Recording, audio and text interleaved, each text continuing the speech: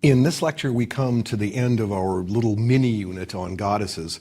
This time, we're going to move beyond the point where we've paused the last two lectures, in which the goddess had become a fertility deity whose union with a consort, generally a son lover who may later be incarnated as a king, we have traced in the last two lectures. The goddess from this point on is threatened in two different ways, one internally and one externally, and in the end, she's going to wind up turning over much of her power and authority to male sky gods. Mircea Eliade, in his book Patterns in Comparative Religion, traces the kind of development in religious consciousness that we've been tracing over the last lectures. As he points out, many early creator gods are associated with the sky. Ideas of height and on high and infinite space all have religious value. But the sky is also remote and detached and inaccessible, and many early myths have the creator god retreating to heaven. Sometimes he turns over the day-to-day operation of his creation to subordinates, and sometimes even has subordinates finish the job before he's done. In our course, we've had several myths in which we've had a chance to see how the sky god gets pushed into remoteness and gets detached from everyday life on Earth. In some places, the sun god replaced the sky god. In Egypt, this happened. It happened in Peru. It happens in parts of Mexico. But most often, the sky god is replaced by what Eliade calls fecundators, that is, fertilizers, those who provide the sort of energy for fertility and food production. And this is especially the case after the agricultural revolution. At which point, this is the point at which the goddess becomes very important, and that's what we've been looking at the last couple of lectures.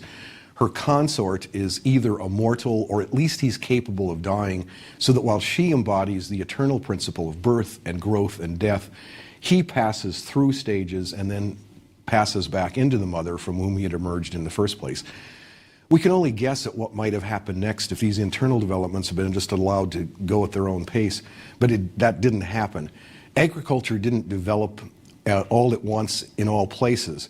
For a long while, there were little tiny settled agricultural communities that were surrounded by nomads, or at least people who didn't have agriculture, who saw in those agricultural communities granaries that were full and herds of cattle that were just ripe for the plucking.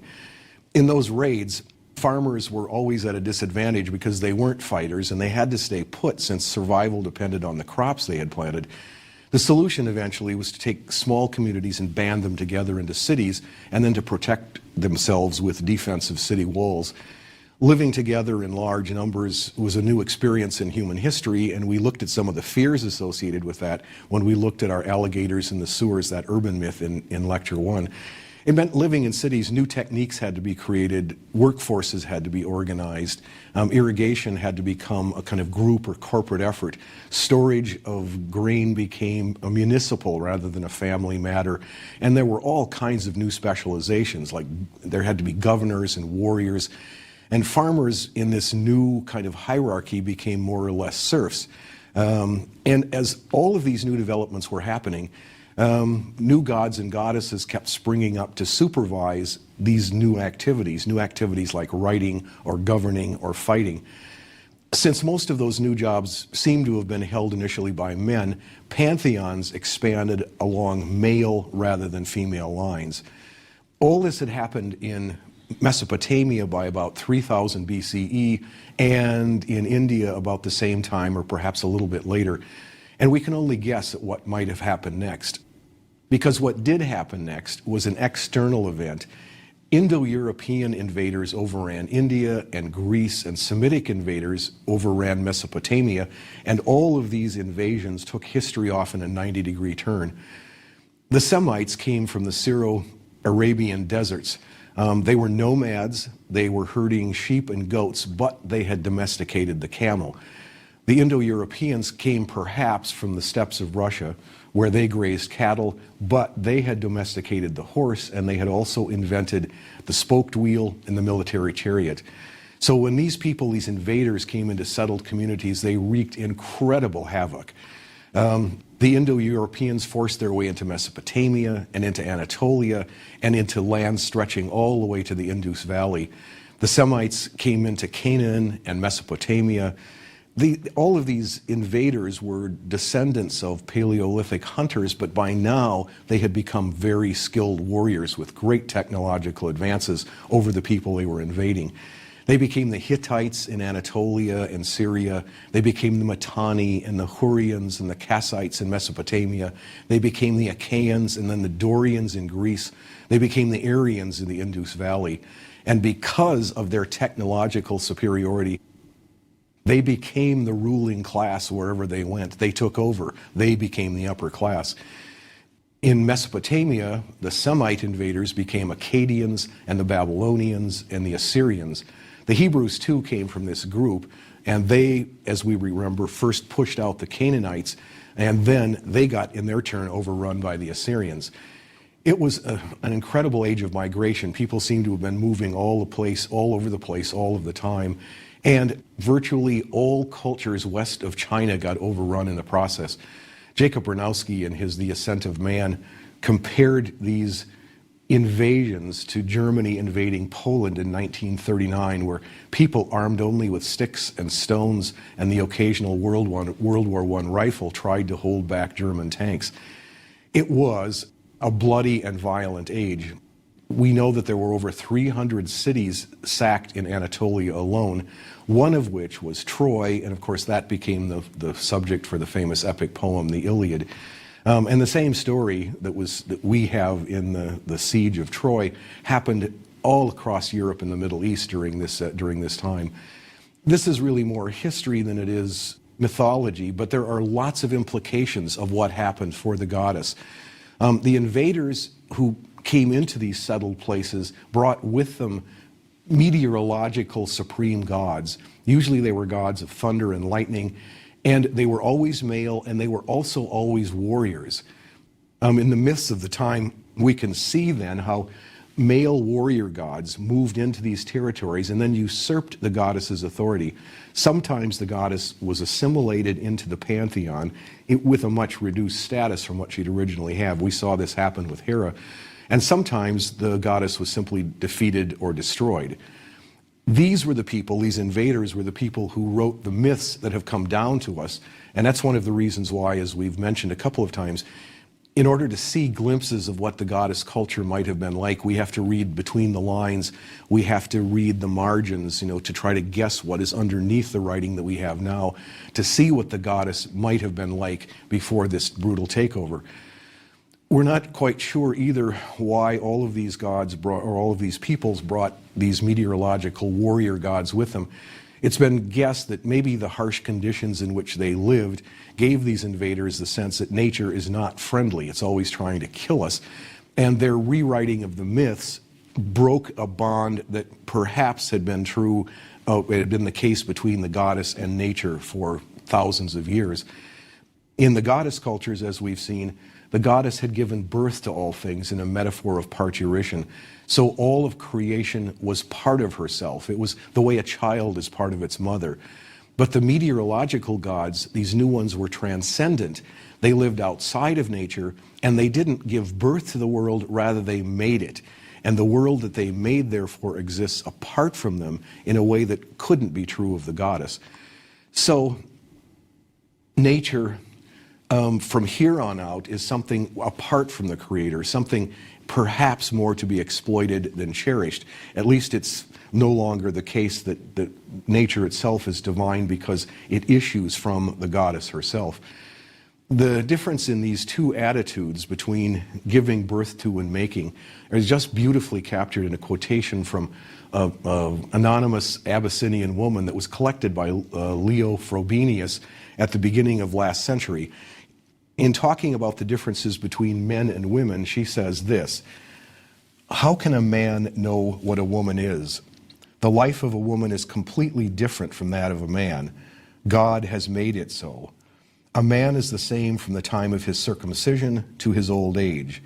He is the same before he has been with a woman for the first time and afterwards. The day that a woman first sleeps with her love cuts her life in two. A woman from that day on is a different person. A man after his first love is the same as he was before. A woman is from the day of her first love totally changed. This continues through all of life. A man spends a night with a woman and leaves. His life and body are the same as before. The woman conceives. As a mother, she is a different person from the woman without a child. She carries the consequences of that night for 9 months in her body. Something awakes. Something awakes in her life that will never go away. She is a mother. She is and remains a mother even if her child dies, even if all her children die. For once she carried the child under her heart. But even after the child is born, she carries it in her heart. And it never goes out of her heart again, not even when the child is dead. All of this a man knows nothing about. He knows nothing. This turns out, I think, to be a very poignant way of expressing the difference between giving birth to on the one hand and making on the other. In a series of myths, we can see the beginnings, the first challenges that male gods make to the ancient power of the goddess. And most of these are the result of internal developments, things that may have happened even without the invasions.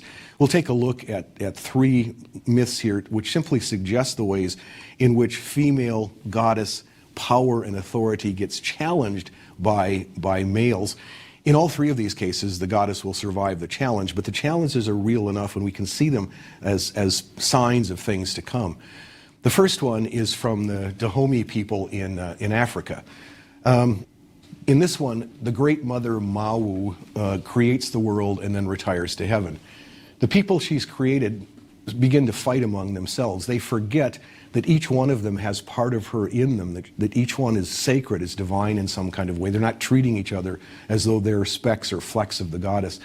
And so she eventually sends down her children or her grandchildren, her daughters and granddaughters, to remind people that they are partly divine and they should not treat one another this way. There, when the daughters and granddaughters arrive, they run into a braggart, a character named Awe. Awe has taken advantage of the kind of freedom that Mawu has given people to aggrandize himself until he's beginning to believe that he is about as powerful as the goddess herself. And in fact, at some point he does declare that and decides that he will climb to heaven and challenge her to a contest to see who's really the stronger. The contest involves the making of human beings, and of course Awe fails. He gets partway along the job, but he can't finish it off the way she can. So he says he's contrite. He says he'll go back to Earth and tell everybody that she's still in charge and remind everyone that she is still the goddess. But she knows he's a charlatan and a deceiver, and she doesn't trust him. And so before he goes back home, she feeds him a bowl of cereal which contains the seed of death. And according to the story, that's how death comes into the world. We can see in this story that the goddess survives the challenge, but the challenge is a real one nevertheless. There's a very similar story from Greece. This is a creation story involving Eurynome. In one story, she's the first to emerge out of chaos, and she creates a serpent, Orpheon, who then watches her dance on the waves and is overcome with lust for her. He wraps himself around her arms and legs, and he makes love to her. When she knows that she's pregnant, she changes herself into a dove, lays the egg, out of which the universe itself will emerge. She has Orpheon wrap himself around this egg to incubate it, keep it warm, and when it hatches, everything in the world slides out of it. Orpheon, like Awe, as soon as the world is created, takes credit for the creation of the world. And so what she has to do is she has to kick him out of their mountain retreat into the depths of the sea. She finishes creation by making the first 2 human beings. Again, she wins, but the challenge from the male here, again, is very real. Our third story, a very similar one, is from Japan. This is the story of Amaterasu, who is the goddess of the sun, and her brother, Susanoo, who's the god of storms. When his father stations him, gives Susanoo his station, Susanoo is so enraged, he doesn't like the job he's been given, that he fights back, and his father eventually banishes him to the underworld. Before he goes to the underworld, he goes to see his sister in heaven and to say goodbye to her before he leaves. And while he's there, he wreaks great havoc in heaven. Susanoo we'll run across again because he's a trickster, and so we'll run across him again in our 4th unit. But for the time being, what he does is he wreaks a lot of destruction in heaven, including in some versions of the story, even killing one of his sister's maids. She is so overwhelmed by this brother of hers who's come in and wrecked everything that she retreats into a cave and promises never ever to come out again. Now she's the goddess of the sun, remember, so if she retreats into a cave, the earth grows dark, plants stop growing, people are in danger of dying, everything, chaos is about to return to the world. So the gods hold a council and they come up with a plan. What are we going to do about this? What they do is they go to her cave, and outside the cave they have a gathering of gods, and then they get the goddess of dawn to do a very lascivious dance in which she actually bares her genitals and her breasts. The other gods roar with laughter when this happens. It's a comic dance, and Amaterasu inside her cave is kind of overwhelmed with curiosity. What are they laughing at? What's so funny about all of this? So she peeks out of her cave, and when she peeks out of her cave, they have hung a mirror so that she sees a reflection of herself, and she gets intrigued enough to take a step or two out of the cave to look at herself in the mirror, and as soon as she steps out of the cave, the other gods block it up so that she can't return. There's a lot more to this story, and we will get back to this story when we talk about tricksters in the fourth unit. But again, we can see that all of these myths show challenges of the goddess by a male. Again, the goddess wins, but she won't always.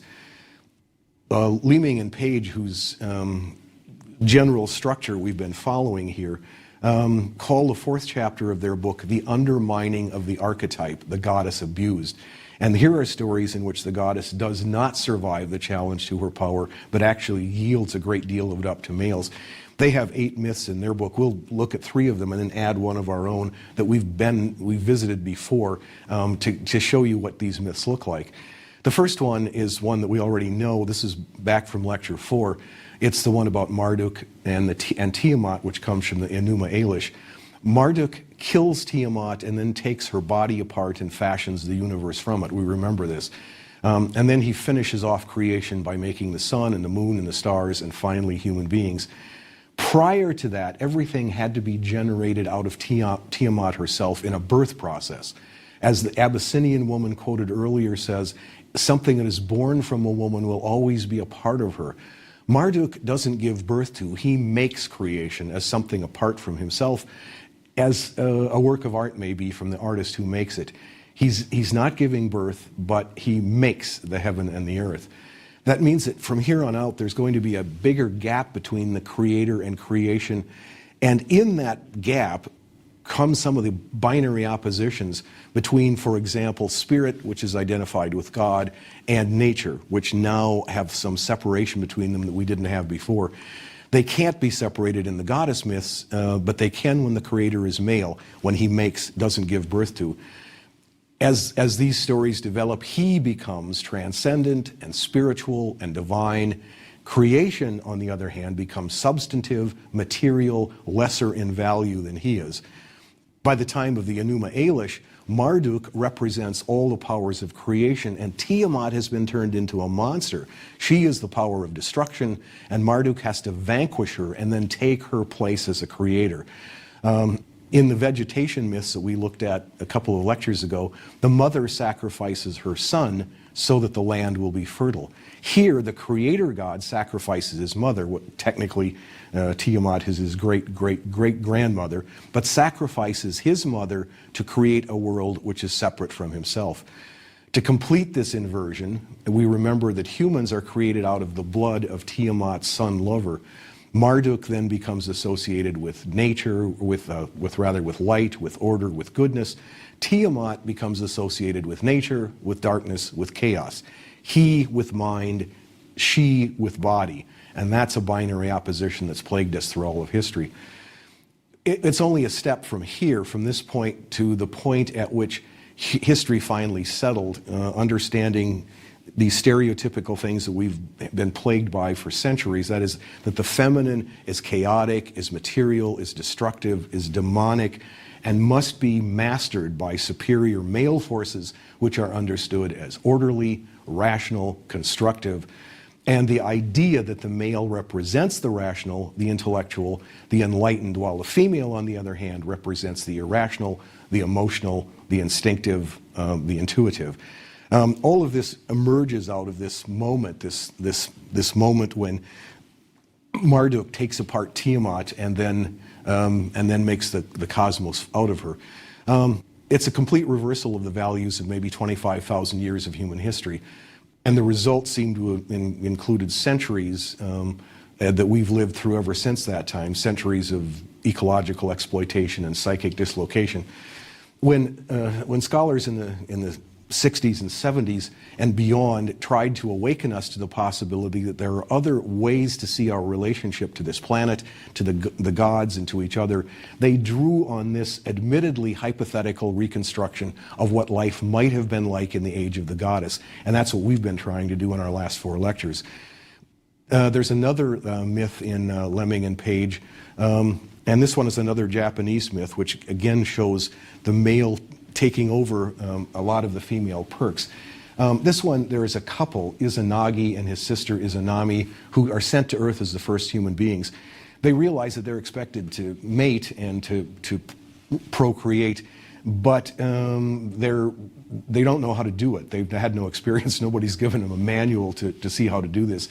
When they finally meet, they compare the bodies with each other, and he seems to have an excess in a place where she seems to have a deficiency, and they thought, well, maybe we can do something with that. But before they couple for the first time, they take a walk around the island in opposite directions. When they meet, coming toward one another, she says, "Oh, what a handsome man," and he says, "Oh, what a beautiful woman." Then they couple, and according to some versions of the story, their first offspring is so badly deformed that they eventually have to discard it. They have to put it in a boat and send it out to sea. What they realize, what they have done, the reason why the child turns out so badly is they have committed a ritual fault because she spoke first. When they meet, he is the one who's supposed to say first, "Oh, what a beautiful woman." Then she says, "Oh, what a beautiful man." So they do it again. They repeat the thing. This time they say it in the right order. And when they say it in the right order, then the child turns out all right. In more benign versions of the story, they catch their ritual fault before they've actually had the deformed child, and then they just walk around again. Then they couple, and everything turns out all right.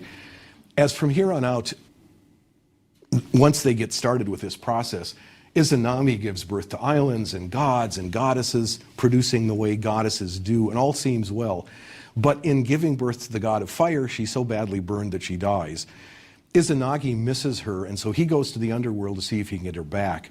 When he gets there, she's shrouded in darkness, so he can't see her. She eventually says she thinks she'll ask for permission to come back with him, but only if he will promise not to look at her. But he can't stand not seeing her, so he lights a tooth from his comb to make a torch, and then he sees his wife rotting and maggot-ridden. He is terrified. He runs to the entrance of the cave. The wife sends a pack of demons after him. He reaches the entrance, blocks off the entrance, and then ceremonially divorces his wife. Then he purifies himself in a bath, and in the process, in purifying himself in this bath, he creates a whole new batch of deities from his clothing and the grime washed from his body. He creates by himself a whole new batch of gods. Doesn't need female participation at all anymore.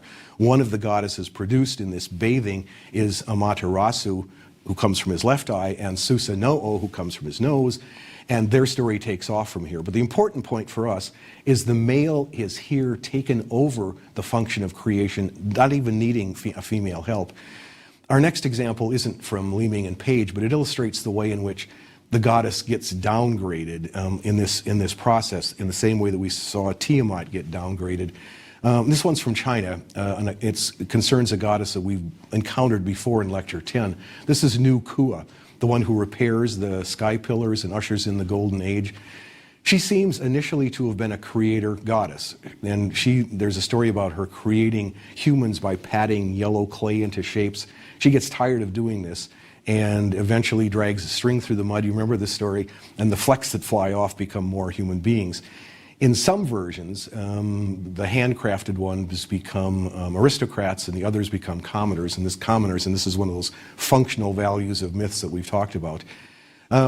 In the myths that we've looked at, other myths we've looked at in Lecture 10, New Kua is still a savior and a culture hero. But over time, she gets downgraded. First, she becomes simply a consort of Fu Shi. Both are depicted as human down to the waist, but serpents from there on with their tails entwined. As Anne Birrell says about this stage in her development, she says, over time, the primordial and independent goddess of cosmogonic myth is domesticated by hand mythographers and made to serve as the exemplar of the human institution of marriage. She becomes, in fact, the subordinate half of the pair, just as Hera became subordinate to Zeus. And then the last stage of her downgrading happens when she becomes simply a mortal woman. She and her brother are, once again, as with Izanami and Izanagi, with her brother are expected to procreate. But they're both embarrassed to do so because they are brother and sister, after all. So they ask the gods for a sign. They say, would it be okay if we mated? The gods give them the sign. They go ahead and couple to start producing offspring. But they're still both embarrassed. They're so embarrassed that each one of them makes a fan so that he and she can cover their faces when they make love the first time. This is in part then an etiological myth because it explains why at traditional Chinese weddings the bride and groom both still carry fans. But from our point of view, it shows a goddess being marginalized, being made subordinate to her male counterparts. Anne Birrell again on this stage of New Kua says, the author has eliminated the two main functions of the goddess and has humanized her, relegating her to a conventionally subordinate female role and diminishing her own divinity and mythic power by making her prey to a higher god. Another story of females losing their power to males.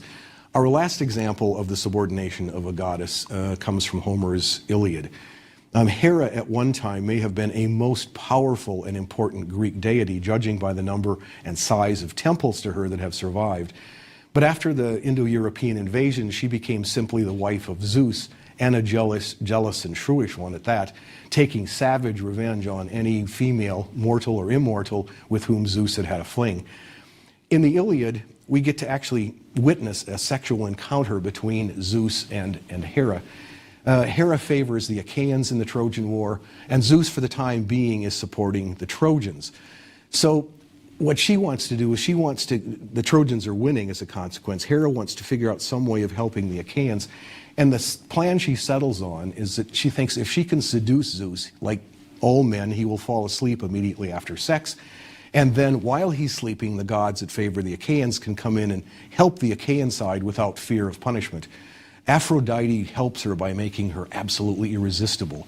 And then she strolls by Zeus, and Zeus says, oh my goodness, I have never wanted anybody as much as I want you.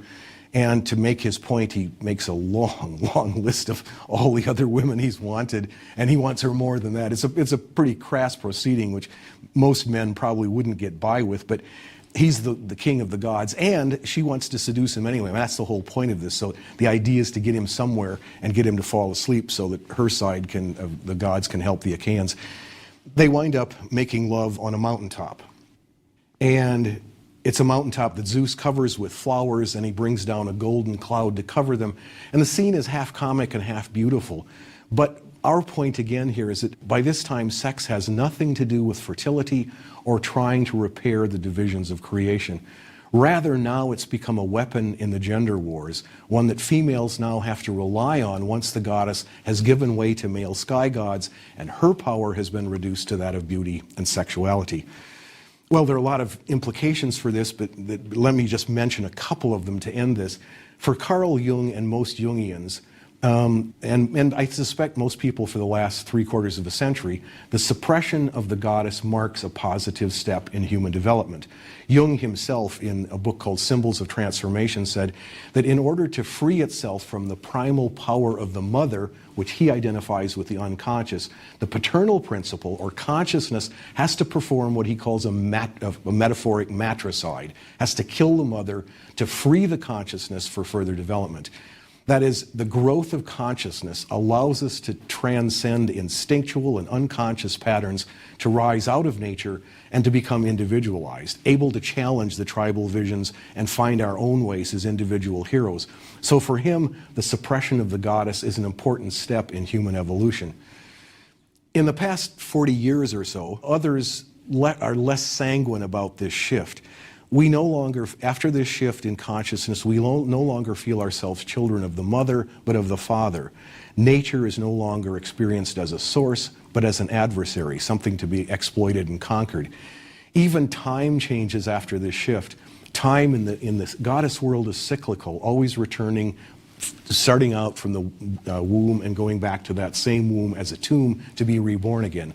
But the world of the sky gods is linear, and when we wear out, we're dropped into a kind of cosmic trash bin, which is perhaps why, after this shift, so many mystery religions sprang up all over the world, promising a life after death, and most of them centering on some manifestation of the goddess. Next time, we will change our focus from goddesses to gods, and we'll start with the biography of God in myth in the same way we've done with the goddess in the last four. That's next time.